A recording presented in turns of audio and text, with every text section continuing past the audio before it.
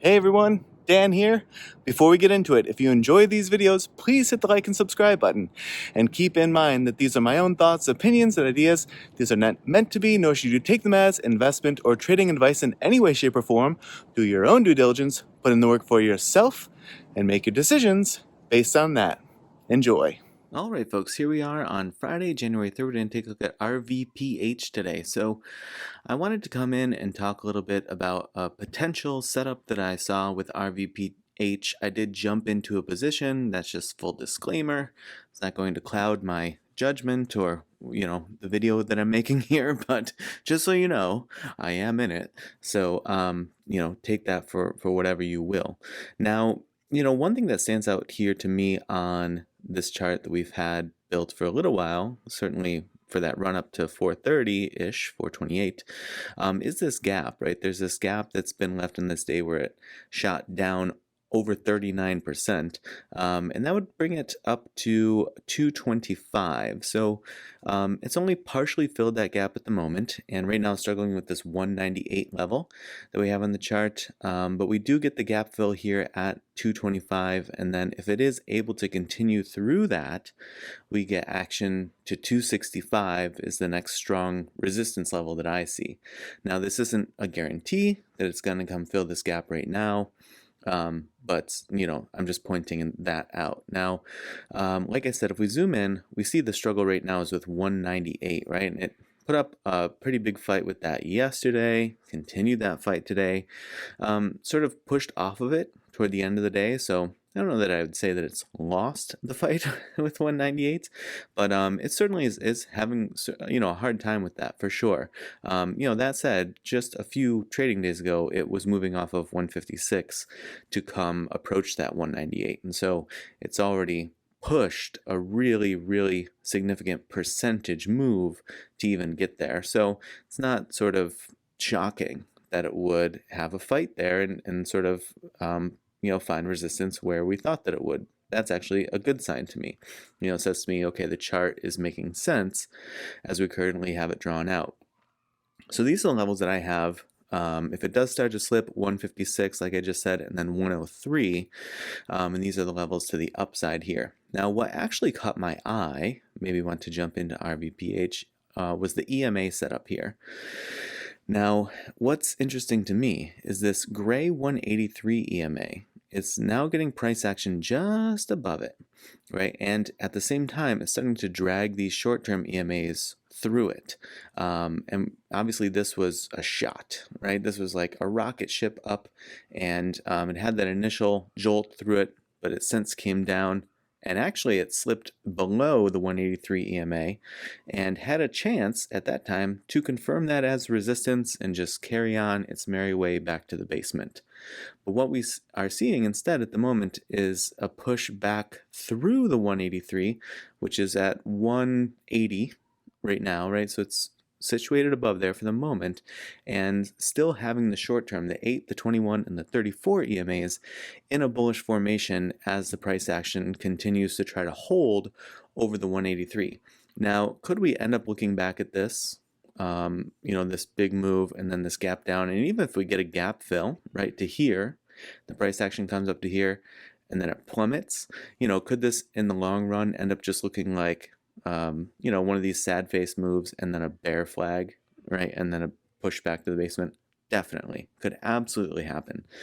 But in the meantime, if you do get that gap fill, then you have a really good percentage move still to be grasping. And if you don't, then, no setup is guaranteed anyway. So you have to take your shots where you think that you have an opportunity and where you know what your exit strategy would be. So for me, what I'm looking for here to say that I'm good to go or that I need to hit the eject button is on the good to go end, I'm looking for this to ride the 8, that white EMA, maybe even off of the 21. That would seem fine to me as long as those are still pressing through the 183.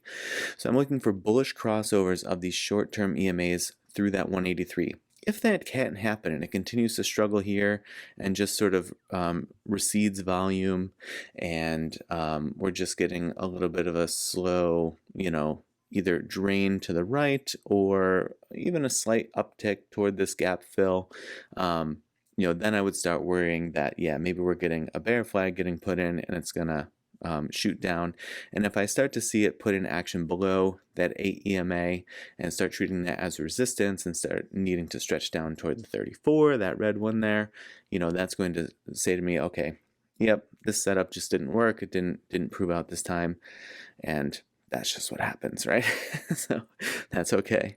But I'm hoping that there's potential here, and we'll see how that plays out. So that was the EMA setup that I saw. Now flipping over here to the think or swim set of things, we get a little bit of a different look. It doesn't look as exciting to me on the think or swim, setup, but that's okay too. I sort of use it as backup criteria. To be honest, I get the most bang for my buck off of that Weeble chart that we were just looking at. But you see here in December, it got action over the call trigger for December, and that's when it shot right through the +1 ATR and ultimately came down and tried to find support on the +1, and it couldn't. And it came down here and sort of convalesced below the call trigger, between the call trigger and the base ATR for December. Right now, it's just above the base ATR for January. And, I'm wondering what this action, if we can get some action above the call trigger here. Now, interestingly enough, as it sits right now, that call trigger is at 217. Here it sort of looks like 224. I think, yeah, that's for the following month. So it's, you got to look up here. 217 is the current call trigger.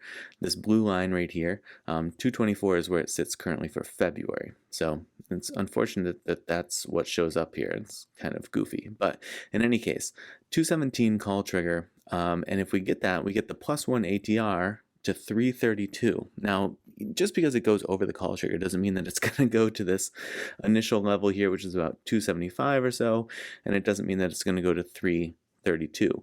But it at least gives it, an opportunity to. And if it obviously slips this base ATR and gets some action below the put trigger, that would already have probably slipped my setup over here and, would have me hitting the eject button before that happens anyway. But that's my sort of like look to the upside. That's what I'm looking for to play out there, that move. And, this being at 217, that gets you quite a bit further through. That gets you right to about here, right? And so you see how close it comes to filling that gap. So it's just sort of chipping away at that gap.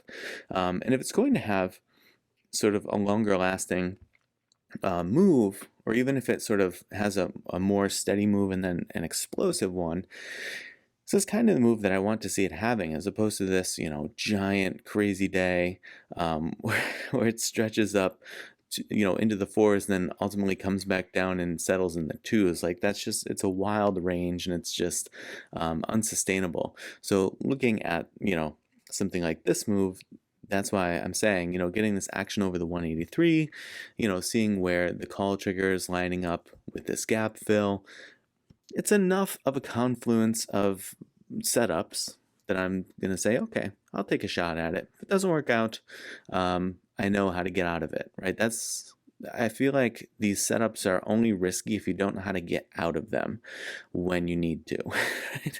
Is when you end up staying in them far too long, and then you're holding a bag and this thing's back to 87 cents or something like that, and you're like, oh, what did I do here? And then you're hoping and praying that it can triple in price just so that you can make a little bit of profit or something like that.